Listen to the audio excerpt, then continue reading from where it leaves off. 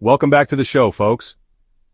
Have you ever wondered what would happen if a bunch of conservative think tanks got together and said, let's write down all our wildest dreams for America, but like, in a policy document instead of on a napkin after too many whiskey sours? Well, wonder no more because that document exists, and it's called Project 2025.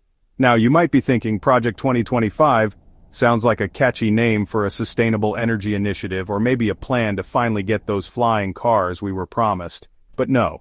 This, my friends, is not about renewable resources or futuristic transportation, unless you consider a time machine set to 1953 a futuristic form of transportation.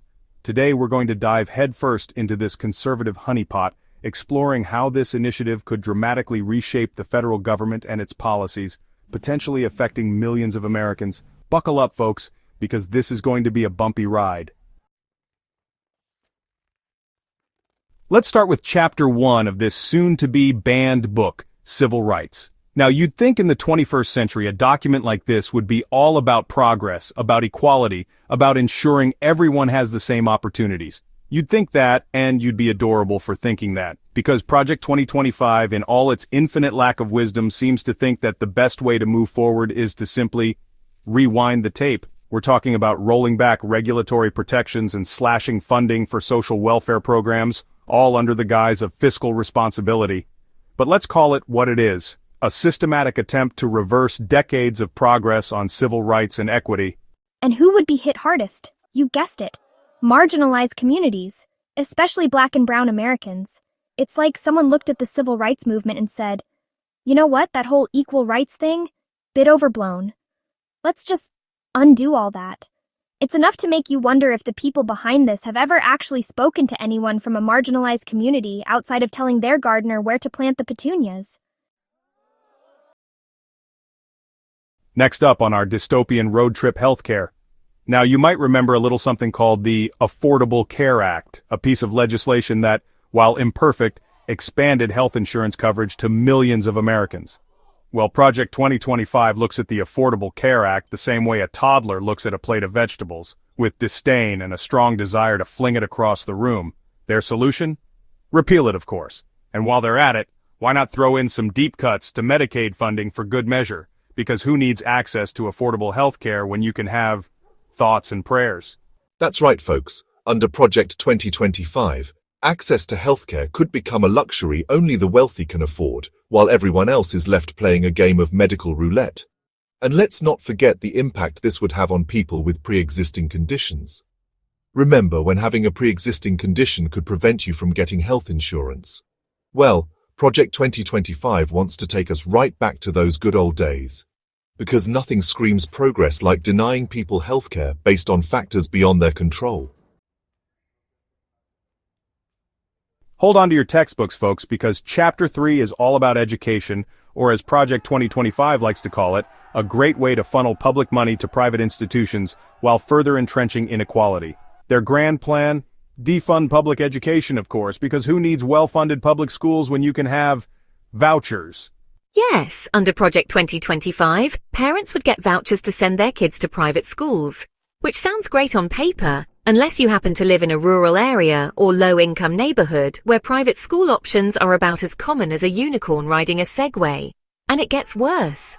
Project 2025 also calls for eliminating diversity and inclusion programs because apparently, acknowledging systemic racism is just too gosh darn inconvenient. And if that wasn't enough, they also want to roll back protections for students of color. Because why bother protecting students who are already facing an uphill battle? Okay, strap in because Chapter 4 is a real doozy. We're talking about the environment, or as the brilliant minds behind Project 2025 like to call it, an unnecessary inconvenience standing between us and profit. Now, you might think that in the face of a looming climate crisis, a responsible policy agenda would focus on, addressing the climate crisis, but you'd be wrong. Project 2025 has a far more innovative approach. Dismantle environmental regulations and agencies like they're going out of style. The Environmental Protection Agency? Gone. Clean air and water standards? Who needs them? It's like they looked at the planet and said, you know what? Let's just burn it all down and see what happens. And who will bear the brunt of this environmental carnage? You guessed it. low-income communities and communities of color who are already disproportionately affected by environmental pollution. Hold on to your hats, folks, because Chapter 5 is a wild ride through the hallowed halls of government. Now, you might think that a group of people so concerned with small government wouldn't be interested in meddling with the federal workforce. But you'd be wrong. Project 2025 lays out a plan to gut the federal government, shrinking it down to a size where it could fit comfortably inside a thimble. Their weapon of choice? A good old-fashioned bureaucratic bloodbath. We're talking mass layoffs of civil servants replaced with, you guessed it, political appointees. Because who needs experience, expertise, or a merit-based system when you can have loyalists who will blindly follow orders, even if those orders involve turning the clock back to the Stone Age? It's enough to make you wonder if the Founding Fathers are spinning in their graves, or if they're too busy trying to figure out how to file a class action lawsuit from beyond the grave. And finally, we arrive at Chapter 6, the last stop on our tour of this policy hellscape. Now, you might think that a document this concerned with individual liberty would be a staunch defender of disability rights. You'd think that, and you'd once again be adorable for thinking that. Because Project 2025 seems to view disability rights the same way a cat views a cucumber, with suspicion and a desire to bat it away as quickly as possible. We're talking about gutting funding for essential services, weakening enforcement of civil rights protections, and making it that much harder for people with disabilities to access the accommodations and support they need to thrive. It's like they looked at the Americans with Disabilities Act and said, you know what? All those ramps and accessible bathrooms? Bit of an eyesore, really. Let's just get rid of them. It's enough to make you wonder if the people behind this have ever actually met a person with a disability who wasn't a fictional character designed to teach a heartwarming lesson about overcoming adversity. So, there you have it.